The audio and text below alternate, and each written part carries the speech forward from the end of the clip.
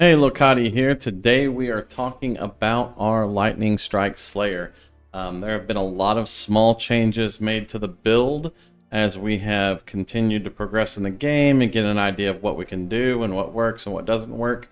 It is still a very strong build with excellent scaling opportunities, a great low-end game, and as with any build I make, it is tanky. And so you can glass cannon this build all you want if that's what you want to do, but this is not a glass cannon build. This is a nice all-arounder capable of doing everything in the game and being able to survive the content without continuously six-portaling every map that you encounter. So we're going to talk about kind of early budget, mid-budget, high budget, ridiculously high budget. None of these builds are perfect. These are designed to give you the ability to make your character good.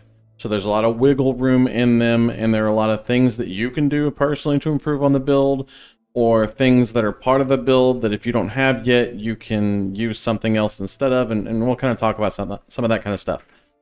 Until you have access to a return proj enchant from the settlement, from King's March, use a one-hander and shield. It's very, very good. And really, until you have exceptionally high currency and gear, probably want to use a one-hander and a shield anyway. The shield has a phenomenal defensive layer to it, especially with the new affix that they added to shields that we'll talk about. Really, one of the biggest things we want to focus on Slayer is layered defenses. And I know that's something that if you've watched any videos, you've heard before. But again, we are taking advantage of many layers of defenses. But rather than maximum investment in a defense, trying to get the maximum return, we are going for minimum investment in the defense to get a good moderate return from it. And so we'll talk a little bit more about that. First things first, this is our early budget Slayer. Our early budget Slayer uses a 1C Vol Blade, a shield that probably sells for 2 to 3C on the market right now, 2 to 3C helm, maybe a little bit more investment on the Lamellar. We could actually tone this down just a hair, and you know, instead of it being a 6-link, we can go ahead and make this a 5-link, if that makes people feel better about their life and they're looking at gearing. Down here we have some relatively low budget gloves, Darkgrave Vectors, which are reasonable in price, Carnage Heart, which is dirt cheap, an Amethyst Ring that is reasonable stats on it. The taming can be a little pricey, and so this is probably the most expensive part of this budget. And then we have just a reasonable belt. Now, I haven't included any resists on the items. I'm just assuming you can figure out where to put your resists on the items. They're not complicated. We're hitting our resistances very, very easily here. Now, we are using a Lethal Pride here, which is a little bit more expensive, again, for an early budget build, but it is just the cheapest Lethal Pride I could find. It was 30C on the market. You may find some cheaper than that. It has a 1 double damage node, Fizz is extra fire damage, some melee crit chance, which doesn't matter to us, and then some more Fizz is extra fire damage, and then some strength. Nothing fancy, just a very basic Lethal Pride jewel. There's a few of them to choose from in here. And then we're using some Crimson Jewels with attack speed, max life, and then some reduced ignite duration on there. Again, you can just grab any jewels that you can that are reasonable for your build. Look for attack speed with swords, attack speed with shields, base attack speed, max life, and then some other usable stat. Nothing complex here. Now, on this early budget build, we're looking at doing about 1.3 million DPS with a 5-link. And then with a 6-link, we're doing about 1.9 million DPS. Now, the only config we have in here is return proj. And you can disagree with my return proj math. You can believe that it should be higher, it should be lower. You can believe that I'm blowing smoke up your ass. I really don't care. Here's the short and long of it. Lightning Strike, when triggered at the appropriate range, which is like outside of melee range, but inside of Vol's extra non-Vol strike range, fires 1 projectile. That projectile returns. The 1 projectile it fires out is what is accounted for in POB.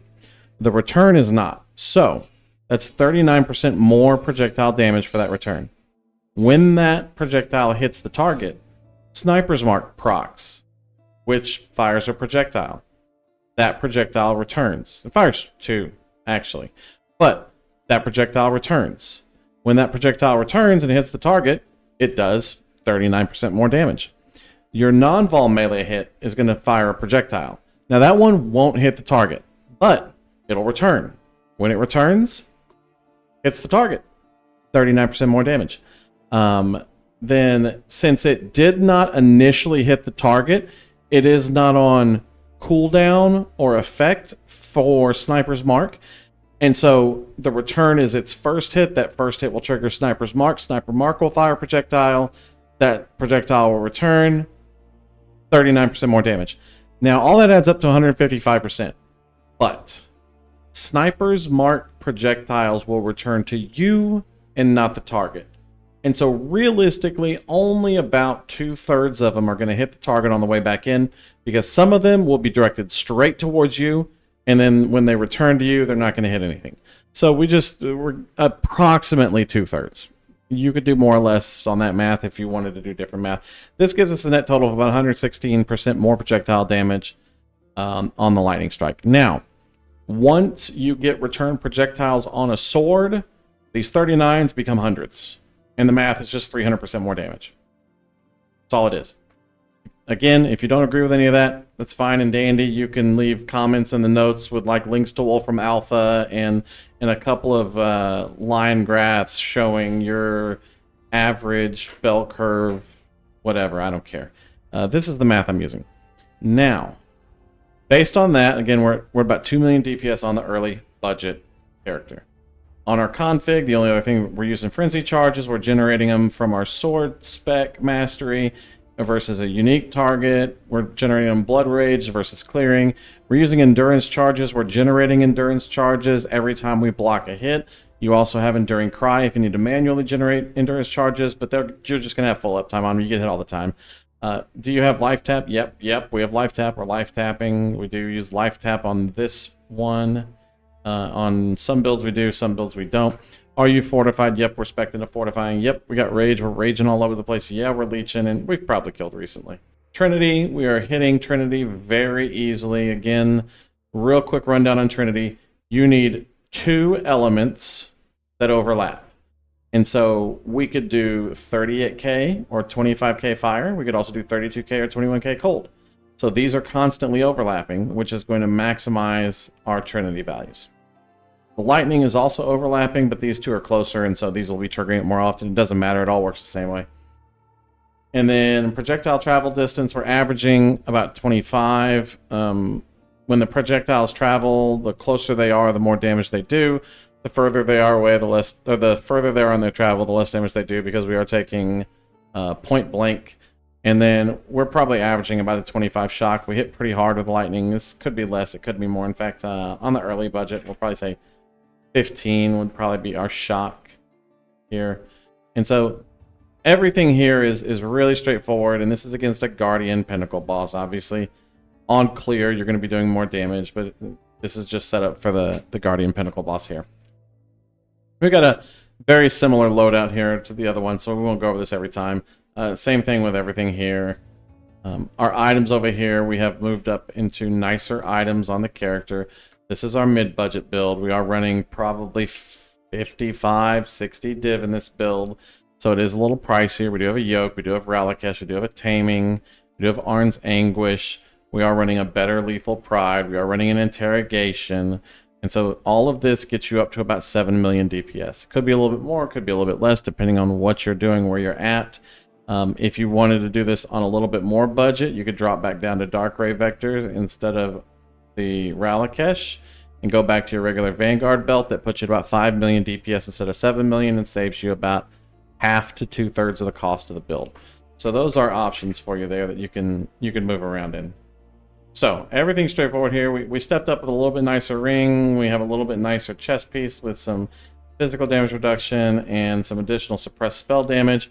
Again, for our defensive layers on budget 1, we're running 65% block, 61% spell block, 31% spell suppression, max LE resist, good chaos res, and we have a Fizz max hit of Shaper Slam damage, 132k effective health pool, 26k max LE hit, 11k chaos max hit. Is very, very solid defenses. On the mid budget, steps up a little bit more with an 18k fizz max hit. Can almost take 2 Shaper Slams, 235k effective health pool, 40k max LE hit, max chaos hit 31k. Much, much better defensive layers, especially with the additional spell suppression chance. And of course, block and spell block chance are also good on this build.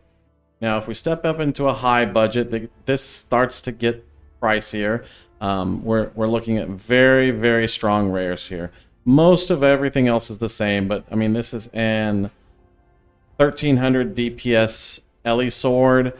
This is almost, I mean, this is a perfectly rolled, perfectly implicited helm, perfectly rolled, perfectly implicited armor, perfectly rolled, perfectly implicited gloves. These are actually, sorry, these are Warlord gloves that have the max frenzy charge from Warlord and are corrupted with max frenzy charges. And so I mean these are very high budget items. This is probably a couple hundred div to make these, to make all of this and put it together. But that puts us at about 76 million DPS. So this is a tremendous amount of DPS, and this is even without taking into consideration the melee hit. Let's go make sure that we're doing that on our mid budget and on our early budget. So again, the melee hit is what the secondary attack from the Vol strike. And so you can see on our early budget, we're actually 2.6 million DPS if you take into consideration the melee hit. On our mid budget, we're up to 10 million DPS if you take into consideration our melee hit. And on our high budget, we're up to 89 million DPS, taking into consideration the melee hit, in addition to all the proges that are going out. And so again, this one is much more expensive to make, but obviously much better defenses. It is easy to move up into because you just get the pieces as you can. If you don't have a high budget helm, you can use a regular helm. This just affects how strong your character is. And then you move up into the high budget helm. The biggest difference is this transitioning to a two-hander. And so the skill tree changes pretty dramatically moving up into the high budget. And then the ridiculously high budget is like 266 million DPS. I mean, this is a 1600 LE DPS sword. These are perfect everything. These are perfect corrupted. This is a precursors with endurance charge, fire damage, frenzy charge, fire damage, max frenzy charges, Calandra's touch. And this is the creme de la creme of gear, just to get as much damage as we can out of the build. There's probably some room for improvement here still. I'm not perfect, and we are not covering all of our defensive layers. This is just a base shell. And so you'll still need to think about some other things. This is still using a flask for corrupted blood and bleeding. You could get those resolved in other ways. This is just using nothing for ignite. And so we would want to use something to get rid of ignites on this still. But this is kind of a shell on where you think you could go if you have unlimited money, and you want to make sure that you take into account those other things. We're covering our LE ailments with purity on this one. And so we have purity of elements here. Obviously for the yoke, we're using skitterbots to apply the chill and the shock, and then we're using critical strikes to apply the sap and the blah blah. What is it? Sap, scorched, and brittle. And then we're estimating about 25 on these. Could be higher, could be lower. I don't know. It depends on what you're fighting. I don't know if you're not familiar with how ailments work. The amount, the total damage of the hit, and so we're hitting for 23 million. The total damage of the hit, calculated compared to the health of the target, is how you get to the total amount of the ailment's effect. And we're not doing that math for every single encounter in the game, but we're just putting an average in there. Obviously, versus low health targets, you're going to have much higher. Versus like an uber pinnacle boss, you're going to have much lower. Everything here is just set to guardian bosses on this. And so this is the ridiculously high budget build. Something for you to look forward to if you're one of those people that farms to the end of the earth, or RMTs, or does whatever you want to do to enjoy the game. This will give you something to kind of goal for to get there. The high budget build is probably more reasonable for most people to get to, again, which is phenomenal damage, phenomenal defenses. Now we're going to go over the skill tree real quick. So on the skill tree, our focus is here that you want to get to first. Testudo for block along with shield mastery. Then we want to get deflection for block along with block mastery. As long as you have these skills and you have a shield that has increased chance to block with the highest roll that you can get on it, then you'll be close to block and spell block cap. It's not complicated. That's all you need. And we run versatile combatant so that our overblock from attack rolls over to our spell block. We run 65% spell block, 65% fizz block. It's just a wonderful defensive layer. We combine that with very high evasion. The very high evasion that we have gets us to high evade chances. We have reasonable armor. We're running determination and grace here. We are running all kinds of hybrid evasion and armor here. And so everything we can do to get as much evasion and armor as possible on our items. And then we're utilizing these blocks for our block. And then we have leech for recovery. We have life on hit for recovery. And we have instant leech for recovery. And we have a potion for recovery.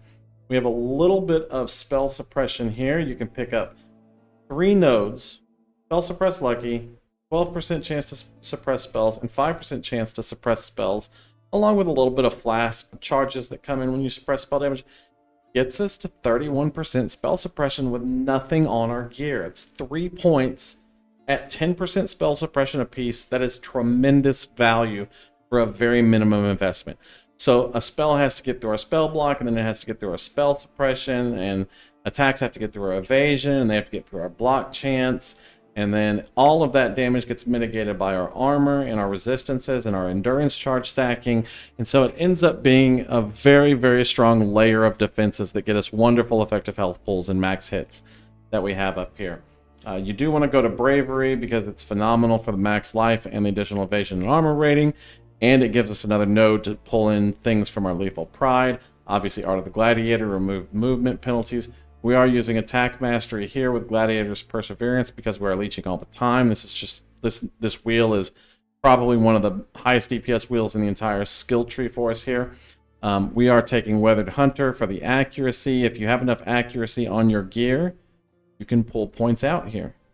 And so however much you need to put in there in order to get to the accuracy that you need to make sure that you are over the precise technique barrier, which is your total life. And then we're taking life here, we're taking life here, nothing complicated. We are using Sword Mastery here, primarily for the 8% chance to gain a Frenzy Charge when you hit a unique enemy. This is what keeps our Frenzy Charges up on bosses. And then this also gives us a little bit of additional sword damage. Now there is a little bit of a downside to this because it is plus 0.4 meters total to your melee strike range, which reduces the range between where you can melee them and where you can non-vol strike them, and that's our ideal range. So a little bit of a downside there, but it's 4 points to get to the Sword Mastery. It's the cheapest way to get there over here and still get valid increases to our damage. If you really, really didn't like the change to your melee strike range here, you could come over here and go down here and get a little bit of accuracy, and then get Blade of Cunning here, which is more accuracy, but we're not critting. And so this is doing us no good in that situation. Over here, we are getting Primeval Force and everything up to it in order to get our elemental damage up. If you do not have the Taming Ring, then you want to take these 2 nodes instead so that you have a chance to freeze, shock, and ignite. Be much better than taking these over here. These just increase the effect of your non-damaging elements otherwise. Over here, we're taking Herbalism for health. We're taking our Frenzy Charge here, getting a jewel slot here. Going up and across over here to Revenge of the Hunted, getting us evasion rating, max life, 10% chance to suppress spell damage, max life and evasion rating. We're going to Forces of Nature for LA damage, LA pin, and reverse inverted elemental monster resistance for bossing. Now, if you're a little bit higher level here, I didn't put this in, we'll throw it in. Get this 15% chance to spell suppress here as long as you got evasion on everything. It's just going to bump our spell suppression up. It's only 1 point. It's definitely worth it. Over here, we are taking life, and we are taking the increased life for our not having a life modifier on equipped body armor. We are taking Frenetic for our maximum frenzy charges and getting a Crimson Jewel link up here. Very, very straightforward tree. When we hop over to our mid-budget, we get a few changes here. On our mid-budget, we do give up Precise Technique. We switch over to critting. since we're switching over to critting, we're taking this node right here, which is bleeding mastery. This gives us a chance to bleed, gives us increased critical strike chance and multiplier when target's bleeding, and increased critical strike chance against bleeding enemies. Very good. This is a mistake. This one needs to be moved over here. There we go. And again, like I said earlier, this wheel is only for the early budget because we need the small additional damage. Once we move over to critting, we can come over here and get the crit and the accuracy on this one and lose that melee attack range that we didn't want to begin with. Other than that, we take some crit here, we take some crit here, and we take some instant leech and some mana over here. And the reason for this is because we are shifting away from life tap. And so when we shift away from life tap, we're going to put inspiration on here, and this is a lie. We're not running flesh and stone. We put inspiration on our lightning strike instead of life tap to get us some control over the mana cost, some additional critical strike chance, and more elemental damage, which are all very, very good for us. This allows us to run mana lightning strike. We have 112 mana cost per second. We have 165 mana leech on hit, so plenty of sustain for that. And then we have tons and tons of damage coming in from all this crit conversion through the use of Yoke of Suffering and the Taming, both scaling off of the number of elements we have on the target. And we have Skitter bots right here, which are going to apply Chill and Shock, as we said earlier. And then we'll be critting to apply Scorched, Brittle, and Sapped, which are defensive layers and offensive layers. That ends up being a very, very good combo. We can thank Fubgun for that. He's the one that I saw that on and decided to include over in our build over here. His Lightning Strike build uses it as well as some of his other builds in the past. I've used that same little combo there. Now, once we move up to our high budget, our tree stays relatively the same. Not a lot of changes in our tree. This one, again, needs to be moved over to here. Everything else in the tree should remain relatively stable. Same thing with our ridiculously high budget. Not a lot of changes on this one, other than moving this over to here. And everything on the tree, for the most part, stays the same. I see a lot of people coming down here and taking this Disciple of Unyielding. I don't think that this is worth 1, 2, 3, 4 points to get to.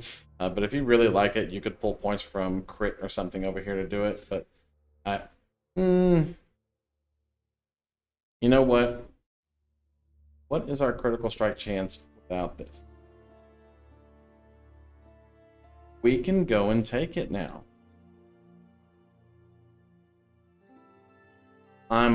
See, this is why we do these videos. We learn, you learn, they learn, everyone learns. It's a whole learning situation.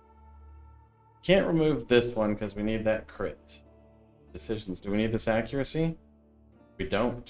So we can pull out of Weathered Hunter, and we can move points from Heartseeker over here, and we can take it down here, and now we're at 275 million DPS, whereas we were at 260. And this also gives us 3% or 5% increased stun duration on enemies per endurance charge, and 3% increased area effect. None of that does anything for us, but the extra damage per endurance charge is a nice bonus for us overall compared to the other nodes that we had there. And so this will be our ridiculously high budget. As you can see, everything has improvements or changes or adjustments that can be made so that they're better or worse or indifferent. So definitely keep an eye on everything and make sure that what you're building fits what you're doing. Be open to not having a perfect mid-budget build before you move up here, and making sure that you're upgrading items as you get them. Do not skimp on armor and evasion. I see this all the time. People come into Twitch or people send me a message on YouTube and they're like, hey, Lokati, I'm trying your build and I'm dying a lot. What can I do? And I look at their build and it's the same thing every time. No grace or no determination, or mostly it's no armor. You want to run at least 10k armor. 10k is like the sweet spot. The more you get, the better. But you're just going to see yourself getting hammered and hammered and hammered by a large group of range guys that all throw their lightning bolts all at you at once. And that all hits you for damage, and you don't have any way to mitigate that damage, and you just fall over dead. So keep an eye on the items. You want to get armor rolls and percent armor and evasion rolls. Armor and evasion rolls, percent armor and evasion rolls on everything that you can. Make sure you keep your defenses short up, and you'll have a great time. The build clears fast, it does bossing well, it has good progression. It's a 2-button build. You use Blood Rage when you zone in, and sometimes it falls off and you hit Blood Rage again, and you just jump around lightning striking everything. If you have any questions, please come over to Twitch. It is so much easier for you to hop over and give me like 2 minutes to load your character into POB, and I can tell you in another 30 seconds what's wrong, what we can do to fix it, where you should be, and what you should be looking for. I really enjoy it. It's never a burden. I would rather be helping people with their characters than farming random T16 maps that are giving me no loot anyway. So stop on by and let me know. And if you have any questions that you don't want to stop by for, just leave them in the comments below. Thank you very much.